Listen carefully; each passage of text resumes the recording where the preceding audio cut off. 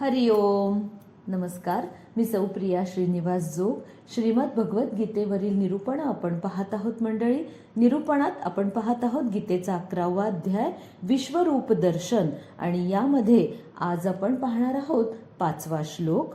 श्लोक असा आहे: श्री भगवानुवाच पश्य मे पार्थ रूपाणि शतशोऽथ सहस्रशः नानाविधानि दिव्यानि नानावर्णाकृतीनि च. विनोबाजी म्हणतात, श्री भगवान म्हणाले, पहा दिव्य तशी माझी रूपे शतसहस्र तू, नाना प्रकार आकार वर्ण ज्यात विचित्रची. अर्थ असा आहे की भगवंतांचं हे म्हणजे उत्तर आहे असं समजूयात. कारण आपण मागच्या पहिल्या 4 श्लोकात पाहिलं की अर्जुनाने भगवंताला विनंती केली आहे की मला तुमचं विश्वरूप दर्शन, मी जाणतोय की तुम्ही परमेश्वर आहात, मग ते परमेश्वर म्हणजे नक्की काय आहात ते मला बघायचंय, आणि मला ते जर शक्य असेल तर तुम्ही ते मला दाखवणार आहातच. म्हणजे बघा की कुठेही इथे आता नकार नाहीये. बोलताना मी म्हटलं ना की सकारच घेऊन बोलायला शिकलं ना तर बऱ्याचशा असंभव गोष्टी सुद्धा शक्य कशा होतात.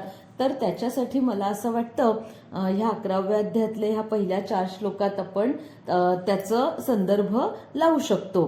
तर तसं इथे अर्जुनाने विनंती केल्यावर दिलेलं भगवंतांनी हे उत्तर आहे. भगवंत म्हणतायत, इथे अर्जुनाला पार्थ असं संबोधलेलं आहे. हे पार्था, आता माझी शेकडो हजारो नाना प्रकारची आणि नाना वर्ण नाना आकृती यांनी युक्त अशी दिव्य म्हणजे अलौकिक अशी तू रूप पाहणार आहेस. भगवंतांना तर म्हणजे हे सगळं अपेक्षितच होतं ना की यावर पुढे अर्जुनाचा काय प्रश्न असणार आहे आणि त्या प्रश्नावर भगवंतांनी काय उत्तर द्यायचं हे सगळंच विधिलिखित असणार होतं. आणि त्याप्रमाणे अर्जुनाने विनंती केल्यावर भगवंत तयार झालेलेच आहेत. कारण खरं म्हणजे ना वेळ कमी असणार आहे. आपण एक अंदाज बांधू शकतो ना की युद्ध उभं ठाकलेलं आहे आणि अशा प्रसंगी अर्जुन भगवंतांना शरण जातोय आणि मला करायचंच नाही युद्ध म्हणतो, संन्यास घेऊन हिमालयातच जायचं म्हणतो, आणि त्यावर भगवंतांना खरं म्हणजे जितकं लवकरात लवकर शक्य होईल तितकं अर्जुनाला युद्धाला तयार करायचंय. पण असंच बळजबरीने उभं करायचंय का? नाही. सगळ्या बाजूंनी त्याला ज्ञानाने परिपूर्ण असं करून ज्ञानाने परिपूर्ण असं करून त्याच्या प्रती म्हणजे भगवंतांच्या प्रती त्याच्या मनामध्ये संपूर्ण भक्तिभाव जागृत करून त्याला कर्मयोगाला प्रवृत्त करायचंय.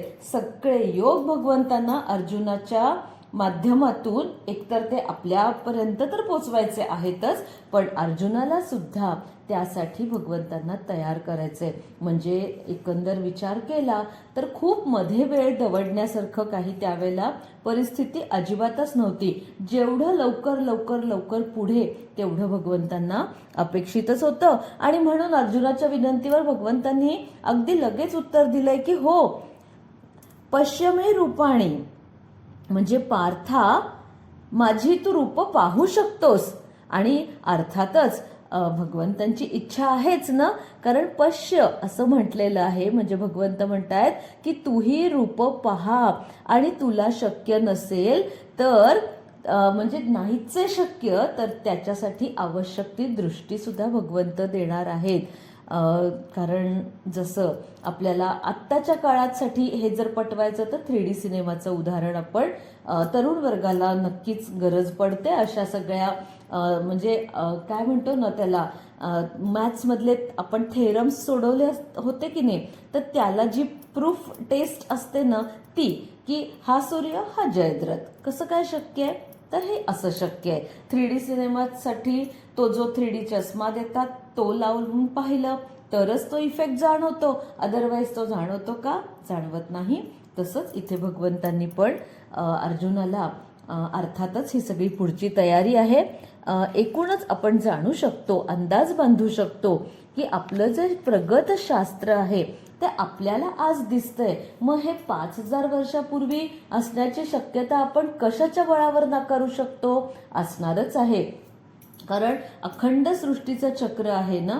घड्याळात जसं 1 वाजता सुरुवात झाली की पुन्हा काटा तिथेच येतो ना, म्हणजे 12लाच येऊन तो ठेपतो. 12वरूनच तो पुढे 1 वर गेलेला होता. तसंच हे सृष्टीचं कालचक्र आहे. कित्येक गोष्टी आज आपल्याला वाटतायत की अरे नव्याने शोध लागला, पण पूर्वीचं जर आपण संदर्भ काही तपासून बघितले, अनेक थोर विचारवंतांनी, शास्त्रज्ञांनी याच्यावर आज म्हणजे किती वर्ष, शेकडो वर्ष लोक काम करतायतच, सिद्धांत मांडतायतच, आपली आपली परीक्षणं नोंदवत आहेत. आणि सगळ्या विषयांसाठी की फक्त खगोलशास्त्र, भौतिकशास्त्र, जीवशास्त्र नाही, अध्यात्मशास्त्रासाठी सुद्धा अनेक जाणकारांनी आपली परीक्षणं नोंदलेली आहेतच. त्यामुळे हे सगळं शक्य आहे.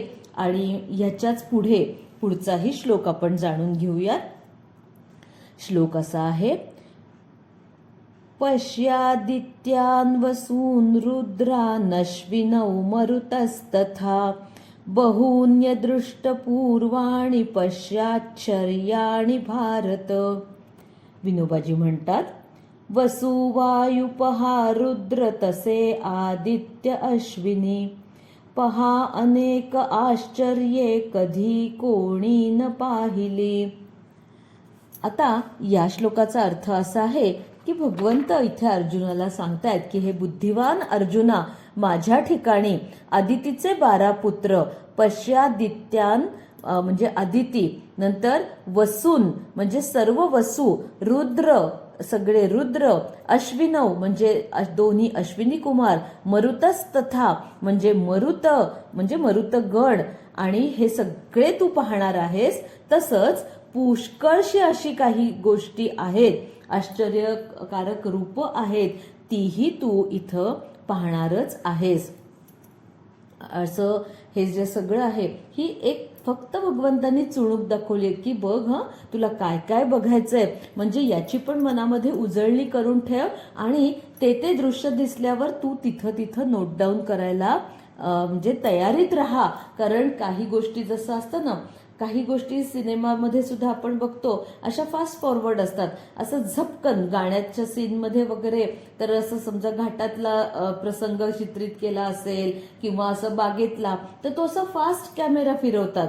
तसंच भगवंत काही ठिकाणी विश्वरूप दर्शन असं फास्ट दाखवणार असतील अर्जुनाला. बघूयात ते कसं कसं दाखवणार आहेत, आपण ते बघणारच आहोत. तत्पूर्वी आता आपण 7वा श्लोकही पाहून घेऊयात, कारण या श्लोकांमध्ये विशेष असं उकल करून सांगण्यासारखं नाहीये, म्हणून हे श्लोक सगळे मी एकत्र घेतेय. इथे फक्त भगवंत अर्जुनाला आश्वासनच देत आहेत की होय, की मी आता तुला इथे काय काय दाखवणार आहे.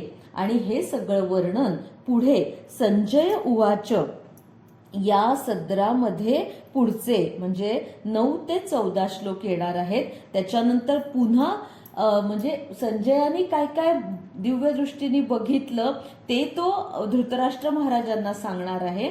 मधला भाग हा आहे, कारण मुळातच ही सगळी हे जे सगळं वर्णन आहे हे संजयाचं आणि धृतराष्ट्राचं संवादात्मक हे सगळं आहे. म्हणजे तिथं रणांगणावर भगवंत आणि अर्जुन यांच्यामध्ये काय चर्चा झाली, काय काय झालं याचं कथन हा संजय धृतराष्ट्राला करत आहे. पाहुयात 7वा श्लोक.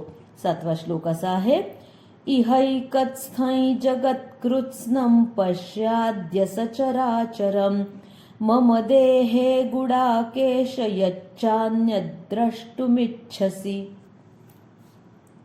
विनोबाजी म्हणतात, इथे आज पहा सारे विश्व तू सचराचर, माझ्या देहात एकत्र इच्छा दर्शन हे तुझे. अर्थ असा आहे की इथं भगवंतांनी अर्जुनाला अर्जुन असं संबोधलेलं आहे आणि इथे भगवंत म्हणतायत की आता या माझ्या शरीरात एका जागी स्थित चराचरासहित संपूर्ण जग तू पाहणार आहेस. आणखीन सुद्धा तुला काही पाहण्याची इच्छा असेल तर तेही तू पाहू शकतो. आता याची देही याची डोळा, याच माझ्या देहात सगळं दिसणार आहे. सचराचरम म्हणजे चरसृष्टी पण दिसणार आहे आणि अचर सृष्टी पण दिसणार आहे. आता कसं आहे ना की सत म्हणजे केवळ अस्तित्व. आता जगातल्या सगळ्या गोष्टींना म्हणजे त्या चर असोत अचर असोत त्यांना अस्तित्व आहेच की नाही. चित्त आहे म्हणजे चैतन्य आहे, ज्ञान आहे.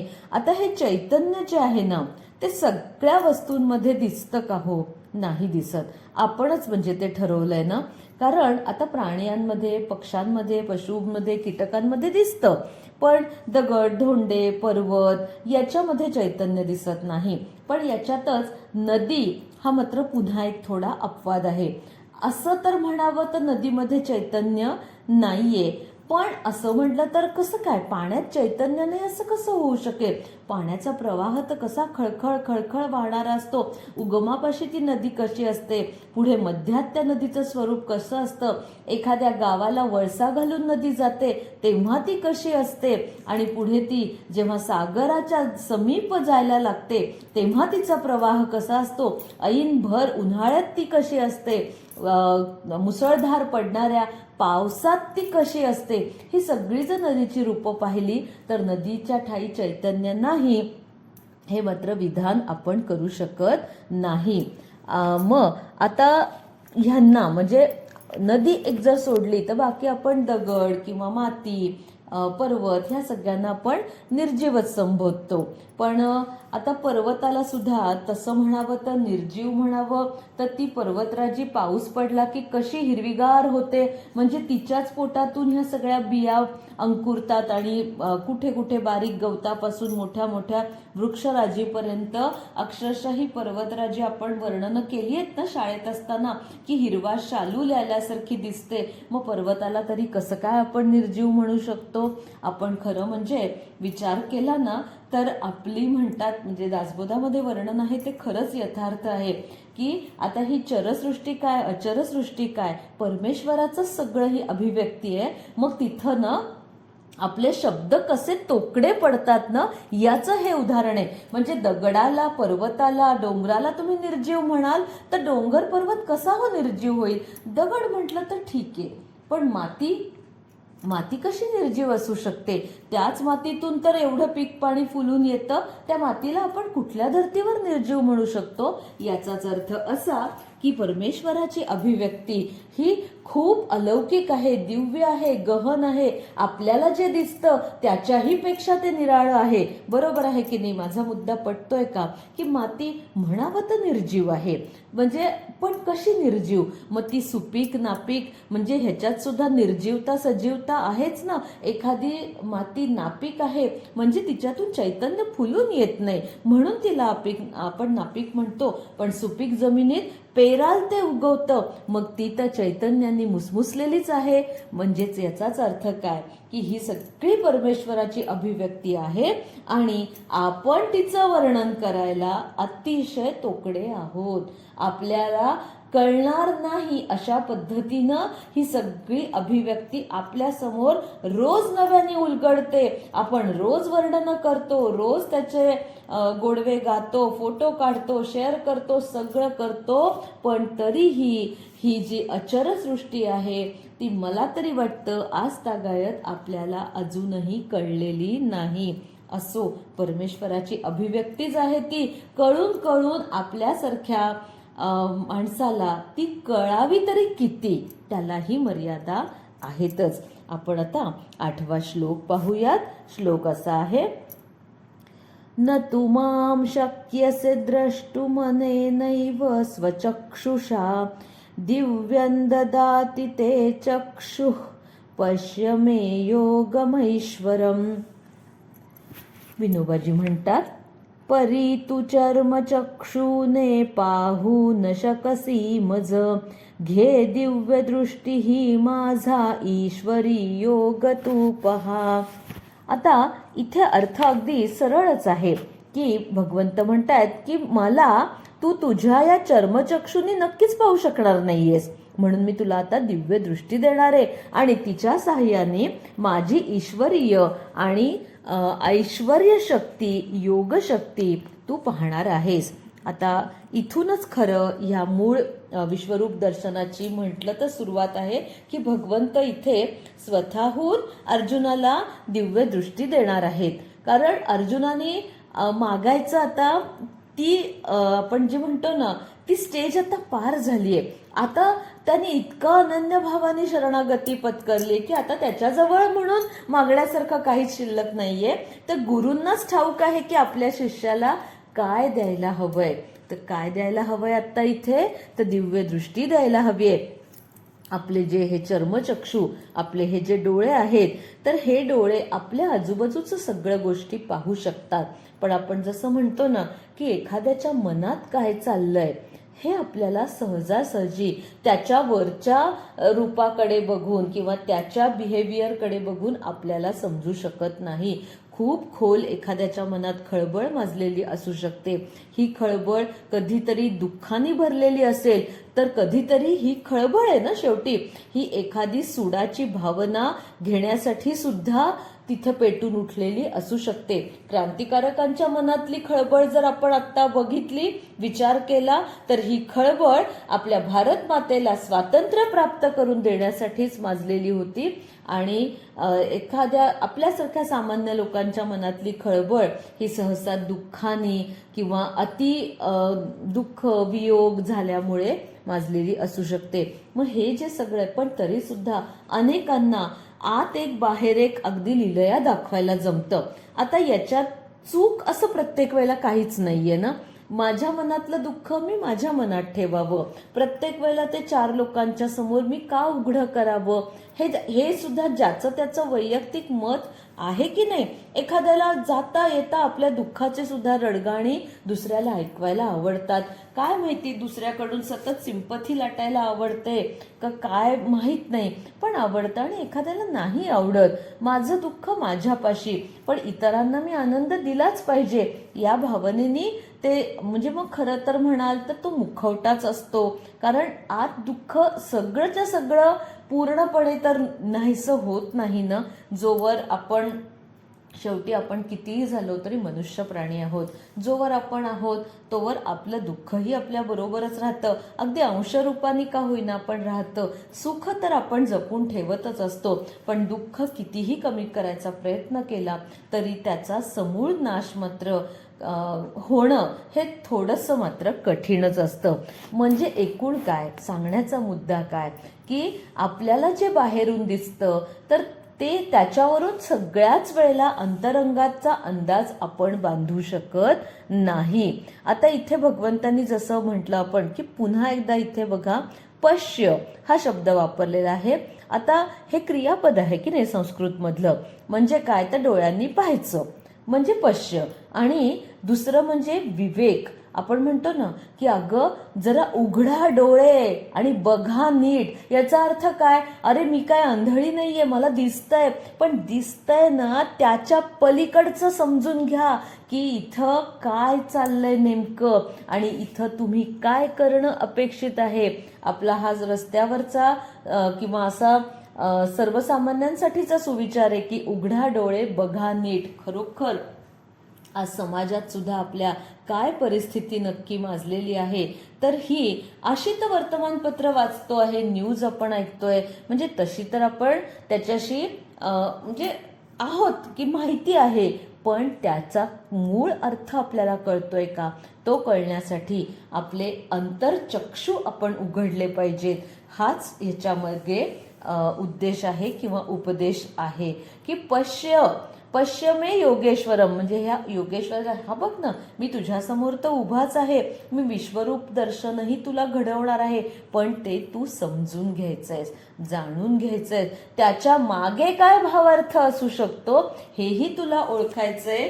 म्हणजे जसं आता इंटरव्ह्यूला आलेला कॅन्डिडेट असतो की नाही, तर तो नुसता दार टकटक करून तिथून आत येऊन समोर खुर्चीवर बसेपर्यंत सुद्धा ते जे इंटरव्ह्यू घेणारे असतात ना, मुख्य ऑफिसर किंवा जे कोणी असतात, तर ते ना त्याला ऑब्झर्व करत असतात.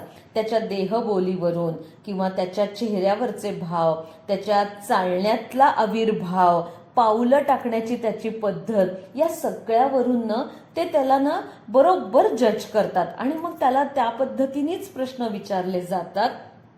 त्या लेव्हलचे प्रश्न असू शकतात आणि मग त्याला बरोबर त्याचं परीक्षण केलं जातं. म्हणजेच काय की त्याला ते अंतर्बाह्य तपासतात, हो की नाही?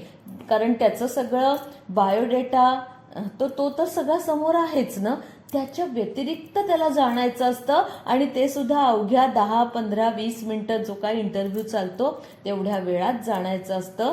पण एखादा अनुभवी, तीक्ष्ण बुद्धिमत्तेचा, हुशार आणि चतुर ज्येष्ठ हे काम अगदी सहज करू शकतो. हेच भगवंतांना इथे अपेक्षित आहे की तू जाणून घ्यायचंयस.